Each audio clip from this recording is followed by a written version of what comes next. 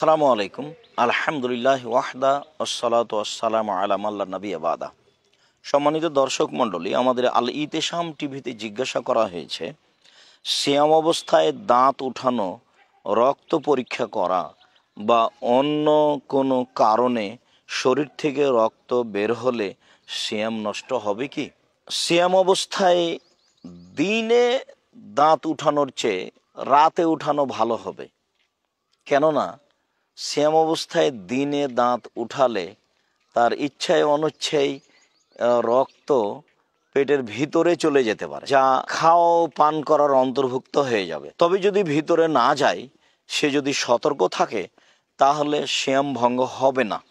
কেননা রক্ত শরীর থেকে বের হয়ে আসলে সিয়াম ভঙ্গ হবে না, তার প্রমাণে সহিহ হাদিস রয়েছে। ইবনু আব্বাস রাদিয়াল্লাহু তাআলা আনহু বলেন, ইহতাজামান নবী সাল্লাল্লাহু আলাইহি সাল্লাম ওয়া হুয়া সাইম, রাসূল সাল্লাল্লাহু আলাইহি সাল্লাম সিঙ্গা লাগিয়েছেন সিয়াম অবস্থায়। আর সিঙ্গা লাগালে শরীর থেকে রক্ত বের হবে, এটা স্বাভাবিক। অতএব দাঁত তুলে ফেলার কারণে যদি রক্ত বের হয়, তাহলে সিয়াম ভঙ্গ হবে না। সাথে সাথে যদি চিকিৎসার কারণে কেউ রক্ত দেয় অন্যকে, তবুও তাতে সিয়াম ভঙ্গ হবে না।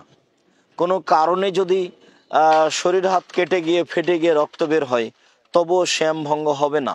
এক কথায় শরীর থেকে রক্ত বের হওয়ার কারণে সিয়াম ভঙ্গ হবে না, এটাই ঠিক। আল্লাহু আলাম ও সাল্লাল্লাহু আলান নবী ওয়াসাল্লাম। সর্ববিষয়ে আল্লাহই সর্বাধিক অবগত। নবী করিম সাল্লাল্লাহু আলাইহি সাল্লামের প্রতি দুরুদ ও সালাম অবতীর্ণ হোক। আসসালামু আলাইকুম।